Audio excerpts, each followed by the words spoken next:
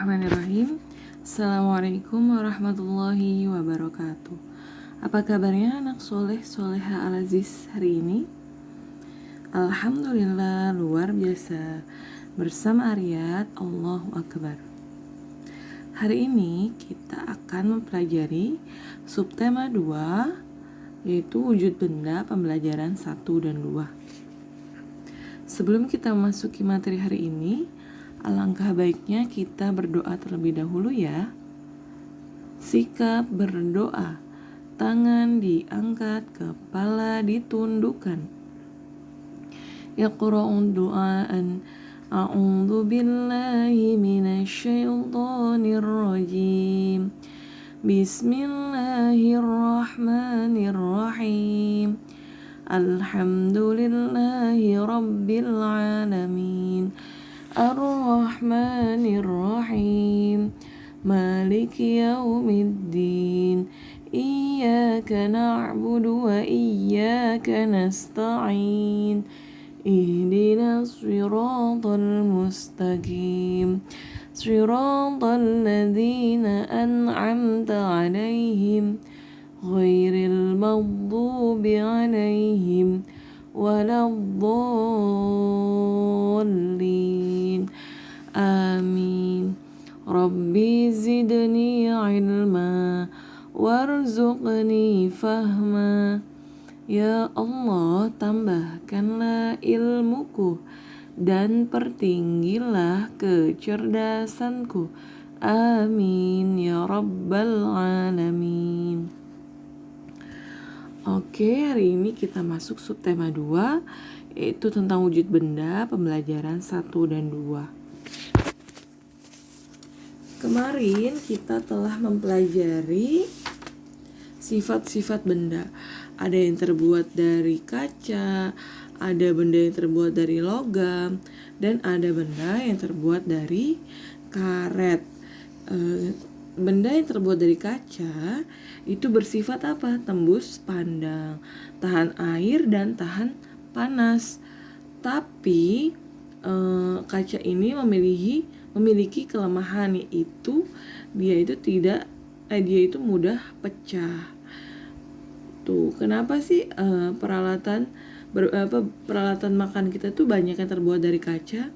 Karena kaca itu tahan air dan tahan panas.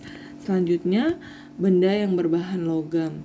Nah, ada apa aja benda yang berbahan logam? Ada besi, baja, emas, perak, dan aluminium. Nah, kalau benda yang berbahan logam ini dia memiliki sifat keras, kuat, dan tidak mudah lentur. Nah, logam juga itu dia dapat menyerap air dan tahan api. Makanya kenapa sih di dalam ruang memasak mama kalian tuh banyak banget ya benda-benda yang berbahan logam? Karena benda-benda yang berbahan logam ini dia itu tidak menyerap air dan tahan api.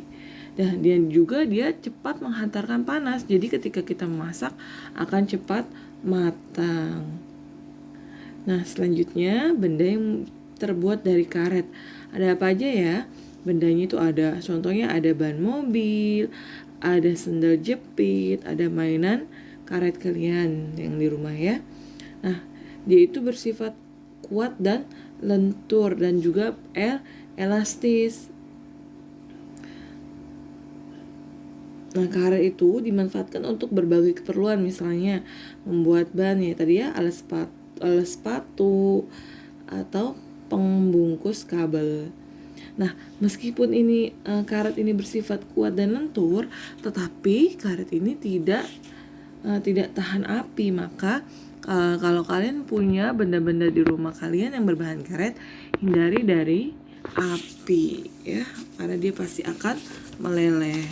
Oke, kita lanjut ya. Kita masuk ke materi subtema 2, wujud benda pembelajaran 1 dan 2. Bismillahirrahmanirrahim. Materi yang akan kita pelajari hari ini ialah informasi tentang wujud benda dan mengelompokkan benda berdasarkan wujudnya. Yang kedua, melakukan gerak lemah dan kuat pada kaki. Yang ketiga, melakukan konversi satuan panjang dari kilometer ke meter dengan tepat. Yang keempat, melakukan gerak memantulkan bola. Dan yang terakhir, menyebutkan contoh sikap saling tolong-menolong. Ini adalah materi yang akan kita pelajari hari ini ya sayang. Coba bukunya dibuka halaman 33. Di halaman 33 di sini tentang wujud benda. Benda-benda di sekitar kita mempunyai berbagai wujud. Ada benda padat, ada benda cair, dan ada benda gas. Nah, benda padat itu contohnya apa aja ya? Ada tas, buku, pensil, dan penghapus. Kalau benda cair contohnya ada air. Dan benda gas adalah contohnya balon. Coba kita simak ya, ada cerita di halaman 33. Tony dan adiknya bermain gelembung. Gelembung sabun di halaman rumah. Mula-mula Tony mencelupkan alat penghasil gelembung ke dalam larutan sabun. Tony kemudian meniupnya. Keluarlah gelembung sabun yang sangat banyak. Adik Tony pun kegirangan. Ia melompat-lompat ingin menangkap gelembung sabun yang berterbangan. Tahukah kamu benda apa yang mengisi gelembung sabun tersebut? Nah, benda yang mengisi gelembung sabun tersebut ialah benda gas ya. Maka dia berterbangan gitu ya. Dia mengisi gelembung itu. Atau contohnya juga balon juga ya. Coba lagi di sini ada bawahnya ada lagi. Benda-benda di sekitar kita sangat banyak. Ada berbagai macam bentuk dan warna. Wujudnya pun berbeda-beda. Berdasarkan wujudnya, benda dibedakan menjadi benda padat, benda cair, dan benda gas. Nah, kamu dapatkah membedakan benda-benda yang berwujud padat dan cair dan gas? Nah, tadi kalau contohnya gelembung sabun itu adalah terbuat dari itu adalah benda gas ya. Atau balon itu ya, contohnya dari benda gas juga. Kalau benda padat contohnya apa ya? Yang tadi ada tas, ada buku, ada pensil dan penghapus. Benda cair yaitu ada air ya. Dan benda gas. Jadi kalau benda padat itu diletakkan dimanapun, dia tidak akan berubah. Dia akan tetap ya.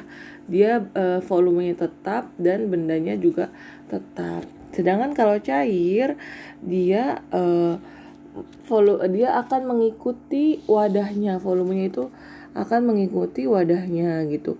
Misalnya dia diletakkan di gelas, maka dia bentuknya seperti gelas. Atau diletakkan ke mangkuk, dia akan berubah lagi bentuknya ya, mengikuti wadahnya. Oke, selanjutnya melakukan gerakan lemah dan kuat pada kaki di halaman 34. Di sini adik Tony melompat-lompat ingin menangkap gelembung sabun. Kedua tangannya diangkat ke arah kiri dan kanan. Kakinya bergerak ke sana kemari. Ketika melakukan gerakan, kita memerlukan tenaga. Ingatkah kamu tentang gerak kuat dan lemah dari tari? Nah, gerak tari yang kuat memerlukan tenaga yang lebih banyak. Jadi ketika kita melakukan gerakan yang kuat, kita membutuhkan tenaga yang lebih banyak dibandingkan kita melakukan gerakan tari yang lemah. Dia memerlukan tenaga yang lebih sedikit. Nah, gerakan kaki merupakan salah satu unsur dari tari. Coba kalian lihat. Ini gerakan pertama yaitu tangan di pinggang, kaki kanan dan kiri melangkah bergantian. Jadi coba bisa dipraktikkan ya. Tangan kanan dan kiri diletakkan di pinggang, kaki kanan dan kiri melangkah bergantian, mundur dan atau melingkar gitu ya. Maju, mundur atau melingkar. Nah, masuk gerakan kedua.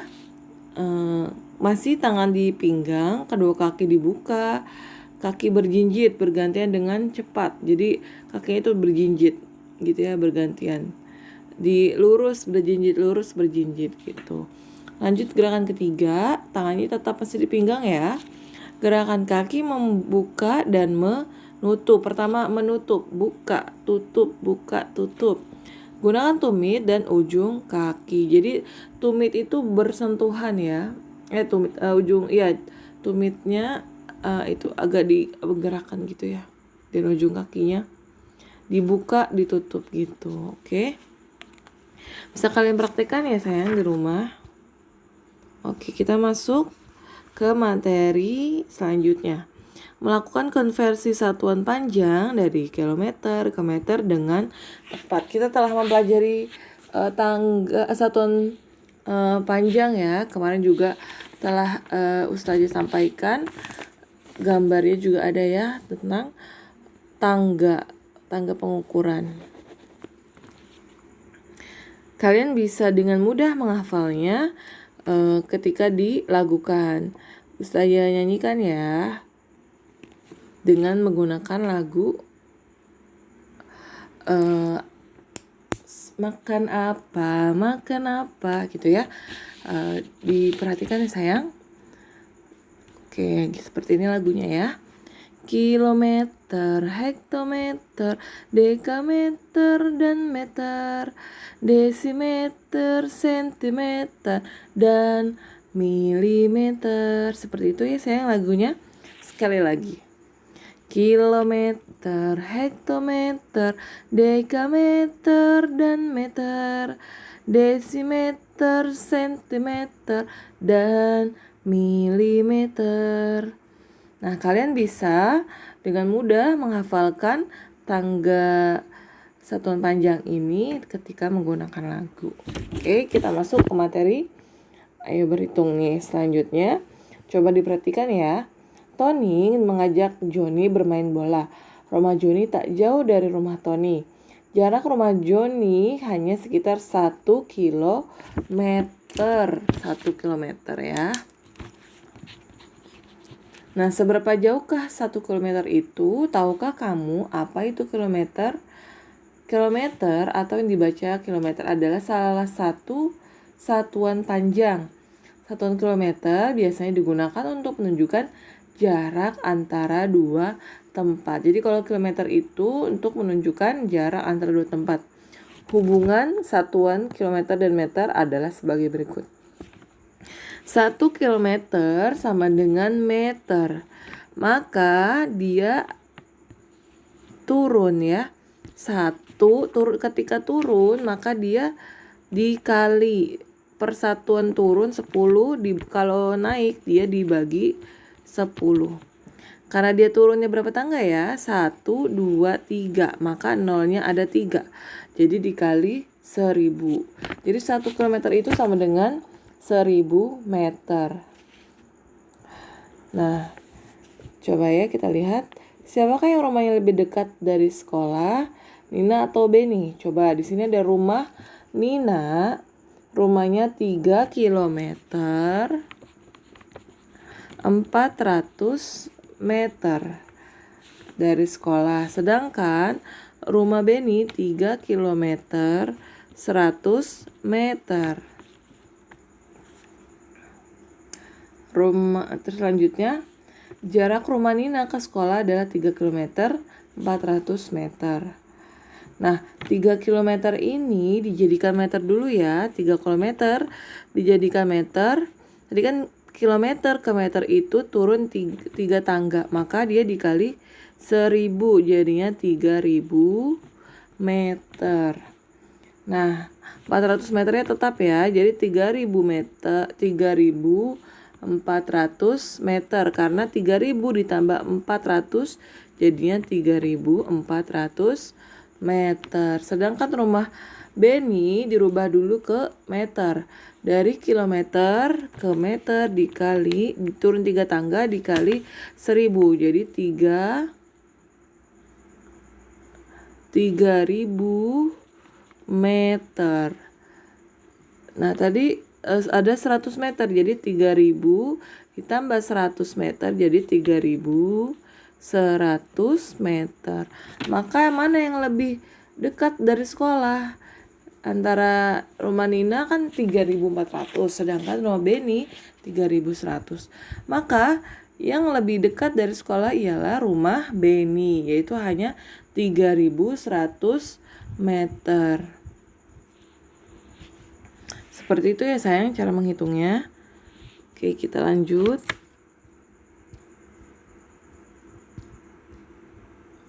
Massa dan volume. Coba bisa dibuka bukunya halaman 39. Apa itu massa? Massa adalah banyaknya zat yang menyusun suatu benda. Benda yang memiliki massa lebih besar akan lebih berat. Jadi benda yang memiliki massa lebih besar maka dia akan lebih berat. Volume. Volume itu apa sih? Volume ialah ukuran ruang yang menempati suatu benda. Semakin besar ukuran suatu benda, semakin besar pula volumenya. Coba kita baca yuk. Ada ceritanya nih tentang volume percakapan antara Tony dan ayah. Sulit sekali membuat jungkat-jungkitku turun kalau ayah tidak membantuku mengangkat tubuh ayah. Ayah, itu karena tubuh ayah lebih besar darimu, nak. Tubuh ayah memiliki massa yang lebih besar. Massa? Apa itu massa, ayah? Massa adalah banyaknya zat yang menyusun suatu benda. Semua benda di sekeliling kita memiliki massa. Benda yang memiliki massa lebih besar akan lebih berat. Oleh karena itu, kamu merasa sulit mengangkat tubuh ayah saat bermain jungkat-jungkit. Oh begitu ya, jadi massa tubuh ayah lebih besar daripada massa tubuhku ya? Benar Tony, massa biasanya diukur dengan satuan gram atau kilogram.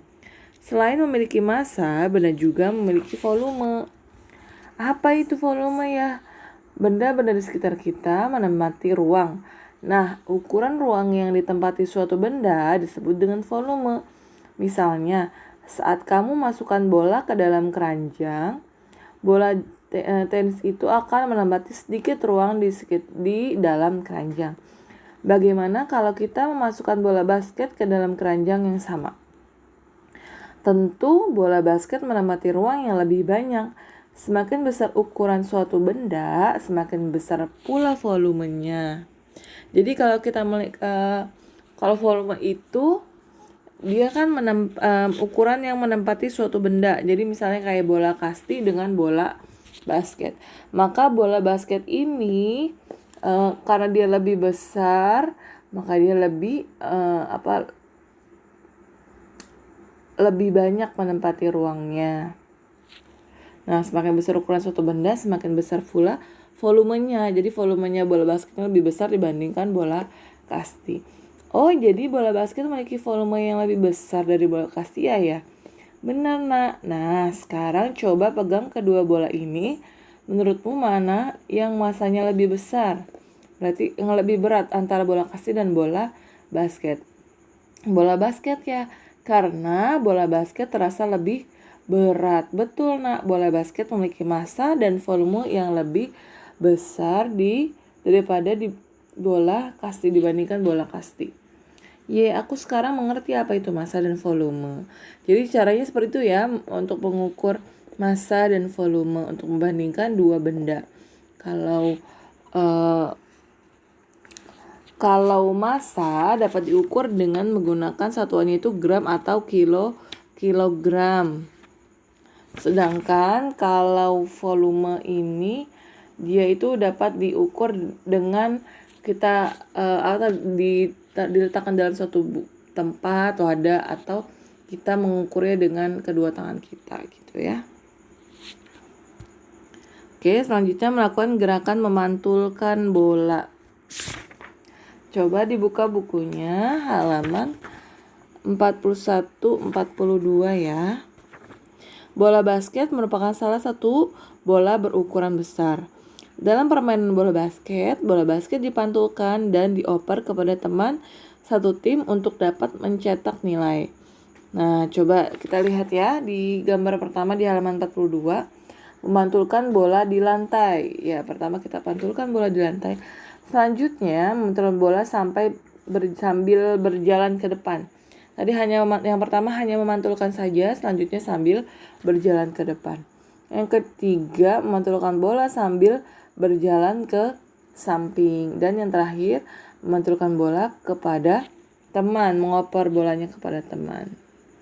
Itu cara gerak memantulkan bola.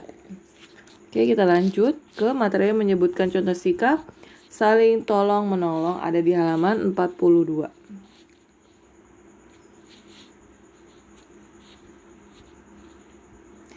Tony dan ayah pun pulang karena hari sudah sore. Di jalan, Tony melihat anak yang menangis. Tony dan ayah menghampiri anak tersebut. Ternyata anak itu tidak tahu jalan pulang. Ia bermain terlalu jauh dari rumahnya. Kebetulan ayah Tony mengenal orang tuanya. Tony dan ayah akhirnya mengantar anak itu pulang. Nah, yang dilakukan Tony dan ayah ialah sikap saling tolong menolong, karena menolong anak yang sedang menangis di jalan karena tidak tahu pulang. Tolong menolongnya apa? Mengantarkan anak itu kembali ke rumahnya, mengantarkan itu pulang. Tolong menolong adalah saling membantu antar sesama manusia. Tolong menolong merupakan sikap yang terpuji. Manusia tidak dapat hidup sendiri tanpa bantuan orang lain. Oleh karena itu, kita perlu menerapkan sikap tolong menolong. Tolong menolong hendaknya dilakukan dengan tulus. Tulus itu apa ya? Tidak mengharapkan imbalan dari orang yang ditolong. Nah, berikut contoh sikap saling tolong menolong. Yang pertama, tolong menolong ketika temannya terjatuh. Kita membangunkan teman ketika melihat temannya terjatuh. Yang kedua, tolong menolongnya apa? Mengumpulkan sumbangan untuk korban bencana. Yang ketiga, membantu membawakan belanjaan.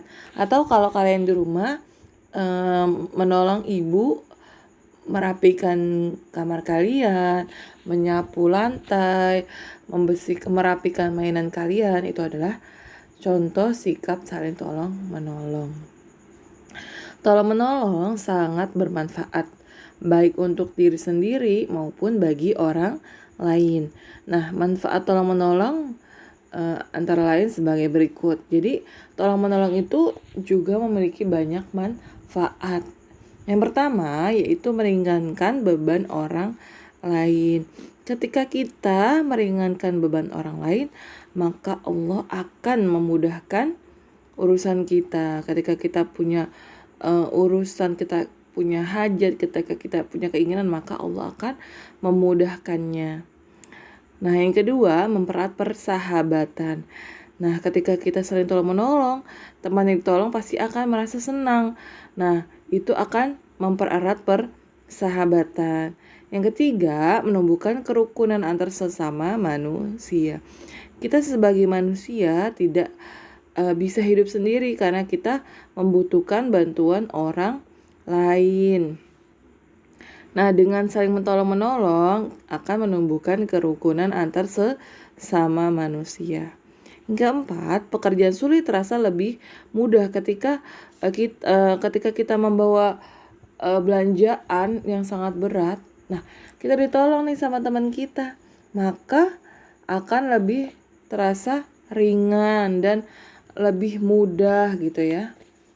Kita akan lebih mudah membawanya ketika dibantu oleh teman kita. Teman kita mau menolong kita membawakannya. Selanjutnya yang terakhir, pekerjaan menjadi cepat selesai. Misalnya di rumah kita melakukan kerja bakti. Nah, kalau kita melakukannya sendiri pasti akan terasa lebih berat dan lebih lama. Nah, kalau kita saling bekerja sama, tolong menolong, membagi tugas, misalnya ayah membersihkan jendela, kalian membersihkan lantai, ibu merapikan buku misalnya gitu ya, maka pekerjaan akan cepat selesai.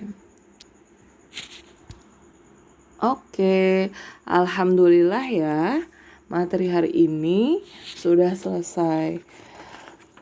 Oke, jaga kesehatan ya sayang. sholatnya jangan sampai ditinggal, baca Al-Qur'annya, dan membantu orang tua, termasuk akhlak terpuji, perbuatan terpuji ya. Tadi sudah kita pelajari tentang tolong menolong. Ketika kita melakukan perbuatan yang baik dengan membantu orang tua di rumah, ya. Pekerjaan yang bisa kita lakukan saja yang ringan, misalnya kalian bisa menyapu, ya menyapu. Kalau kalian mampu untuk mencuci piring, boleh membantu ibu di rumah dengan mencuci piring. Atau yang bisa kalian lakukan ya, itu merupakan sikap yang terpuji. Tugasnya adalah kalian menghafalkan ukuran panjang tangga ya, tadi tangga ukuran panjang yang sudah Ustazah nyanyikan. Tugasnya hanya menghafalkan saja. Semoga materi Ustazah sampaikan dapat kalian pahami dengan baik ya. Kurang lebihnya Ustazah mohon maaf. Wassalamualaikum warahmatullahi wabarakatuh.